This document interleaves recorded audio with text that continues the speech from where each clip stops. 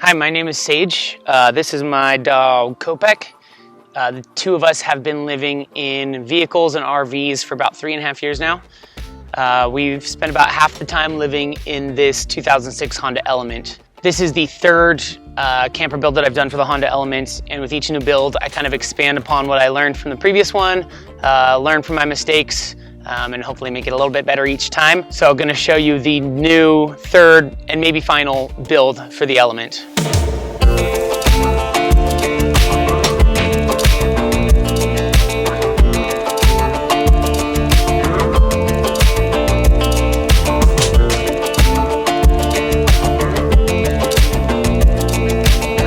I've been kind of brainstorming and thinking about ways that I could improve this Element for the last 1.5 years or so. And just sketching things on pieces of paper or napkins or writing down an idea. In February, I was house sitting for a friend, or I was going to be house sitting for a friend, and had the opportunity to use their garage to redo my build. So I decided I wanted to just gut it and kind of start from scratch and take those learnings. So about a week before I was supposed to be house sitting and was going to have access to a garage, I went on to SketchUp. It's a free like drafting software from Google. I had no experience with it before, but just kind of did a basic layout of how I thought I wanted the Element that kind of took the learnings from previous builds and some other cool features that I wanted to have, and just did a not to scale model, just a rough layout of how I wanted things to look, so that when I started house sitting a week later, I was pretty much prepared to go. I just had to take some quick measurements, do like basics like the width of the Element at various parts, the height of various parts, but I knew the basic layout. The entire build is made out of 1/2-inch ply. I chose 1/2 rather than 3/4 because I was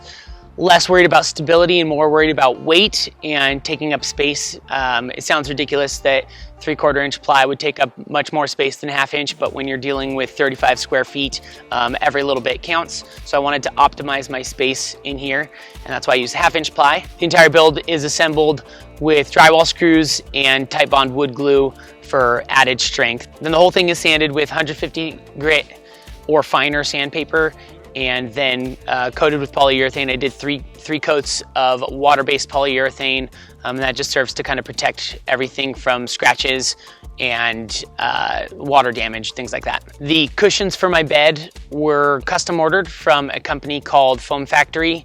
I will put a link to their website in the description. And I got custom pieces cut and then had them upholster them professionally. I opted to do this because I have no upholstery skills myself, and I wanted some good-looking, long-lasting, nice upholstery for these, since this is my home. Using Foam Factory is not necessarily the cheapest option. You could buy foam in bulk from like Amazon or that kind of thing, and then get a foam cutting saw or knife and cut out cushions yourself. So if you're kind of aware of the price of custom foam from a place like Foam Factory, then I can put some like Amazon links to cheaper foam down in the description. The whole build basically comes in 2 pieces. On this side you have your shelving unit that stores everything, and on this side you have your bed/bench platform. The bench platform was installed using entirely zip ties. It's actually just 3 zip ties, 2 kind of at the seat mounting point against the wall, and then 1 just right back here at this little pocket. And I just put zip ties on and pull them tight, and I've had no issues with things shifting or moving around. And then the shelf was installed with a combination of zip ties and screws. On the wheel well down on the bottom, there's a little tie down mount, and I just drilled 2 screws into the bottom shelf through that tie down mount, and that keeps the bottom sturdy and prevents it from shifting back and forth or side to side. And then up top, I use zip ties to attach it to the little seatbelt mount up here in the corner, the driver's side rear seatbelt mount, and that prevents the top from tipping back and forth. And again, have had no issues with any shifting or tipping or anything like that. So let's take a little closer look at the shelving unit here. So the shelf here features some like purpose-built cubbies that are specifically meant to hold specific things. So we've got like clothing, shirts, pants, shoes, socks, that kind of stuff, cooking supplies, and pantry down on the bottom, as well as some like baskets up top. So I specifically kind of put my cooking stuff right behind the driver's seat there, for two reasons. One, so that I could crack that window to vent if I'm cooking inside the vehicle, and two, to be able to open up that door on the side over there and cook from the outside too. I can just flip my stove around and cook from the outside and actually access all my cooking stuff from over there as well. I also intentionally put socks and underwear up by the driver's seat as well, because those are the two kind of articles of clothing that I have to change the most frequently, and wanted to have access to them from the driver's seat or from sitting in the back. I do have plans to eventually install a small sink and just a jug for gray water up by where my cooking area is. Not critical, so I haven't done it yet, but eventually I do want to install a small sink. So most of my cubby's shelves here have like a simple bungee and hook system, and that's just to kind of keep things from flying off the shelf. I spend a lot of time on washboardy dirt roads, and things have a tendency to want to fall off or get jostled off on those sorts of roads. So those are just kind of to keep that in place. They work most of the time, not 100% though. There's not really like lateral space this way for like cabinet doors. So I kind of had to opt for just an open shelf, and that was kind of my best, easiest solution for keeping things on the shelf, and it's working well enough. You can see here I have a Goal Zero Yeti 1000. It is charging off of a 160 watt Rengy solar panel on my roof. I had a few reasons for wanting to put it here. The first and foremost is that I found that feeding wires through the back is kind of the easiest way to get them into the element without drilling holes, and I didn't want to drill holes at all into my element, so I just feed them down through the back hatch and they plug in right there, and super simple. I also wanted it back here so that I could take it out and use it like at the beach or at the park or whatever. If I have charging needs outside of my car out in the forest, it's very easy to get in and out.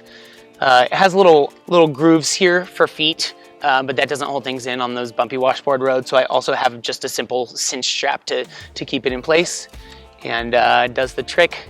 Before I had that cinch strap, I had a couple instances where it kind of got jostled off the shelf on a bad road and was just kind of rolling around the back with Copac, and this thing's freaking heavy. So that is why I have it there. Then you'll notice I have like a tiny little pegboard here that's just for holding some easy access miscellaneous stuff. Like I have a box cutter and an Allen wrench. I usually have a pair of heavy duty scissors here too, and a tape measure.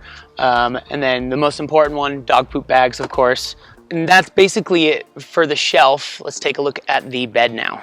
So kind of the most notable feature of the bed bench is in its name, that it turns from a bench into a bed and a bed into a bench. There's also a lot of other kind of configurations that we will get into in a minute. But while we're back here, I want to show you kind of my big pull-out drawer that I have here that is kind of for my bulk storage. I have like backpacks and my gym bag and some tools back there. But I just have a handle. The whole thing just slides out like that. You get about 3.5 feet of length of storage. And you can see here it's just made of pegboard, and on the back side I just have a little wall to kind of pull everything forward when you pull on the handle in the front, and then you just push it back in when you're done. I intentionally did not use drawer slides on this because of what I was mentioning earlier, that just like half an inch, quarter of an inch in this tight of a space makes a critical difference when it comes to amount of storage space, and it really adds up. And so putting drawer sides and drawer bottoms and then drawer slides in between the sides would have lost me half an inch to an inch on either side, probably an inch on either side. And this works just fine for my purposes. In fact, I've been one of my favorite features of the build. It's also way easier to make that than it is to properly install some drawer slides. So this is definitely the best option for me. So this big pullout comprises about 2/3 of the total length of this platform here. The front third is an additional cubby that you can access both from the outside over here on the passenger side rear door, as well as a hole that I recently put in on the top.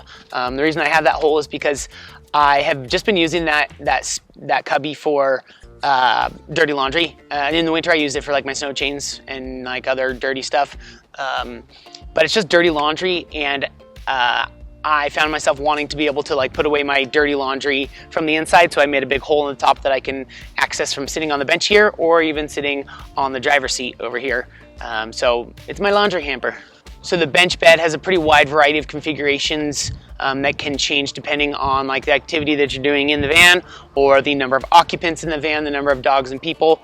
So both this rear leaf here and the one up front, they fold like this and rest on a little extra ledge that the shelf has here, creating a nice flat surface. The center one though actually just pulls out, and then there's a slot right back here that you can set it in to make kind of a table surface that can be used for cooking or working on computer. Admittedly, I don't use this as a bench all that much. It just kind of stays as a bed most of the time.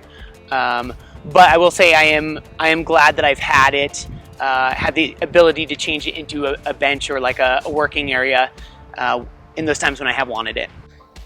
So the passenger seat really ends up functioning mostly like a junk drawer. I put like flannels. Right now I've got my chair and like a life jacket for my girlfriend's dog and a blanket. Oh, there goes other stuff. But it is kind of a critical space for extending my platform. You have to push this front seat forward. There's an extra little leaf that I just store right behind the passenger seat. And then I have two locking shelf brackets there, and that just goes right in there. It's not secured on, like I don't drill it in or anything because I want it to be easy to set up. So it's not 100% secure. If you step over here, you might get a little tipping, but it's actually just where my feet go at night. So that has not been an issue for me. But you can see there's a full bed. It's like 6'3", 6'4", I forget exactly, but definitely long enough for me to sleep in lengthwise. And even a lot of times Kopek will lay at my feet here. So yeah.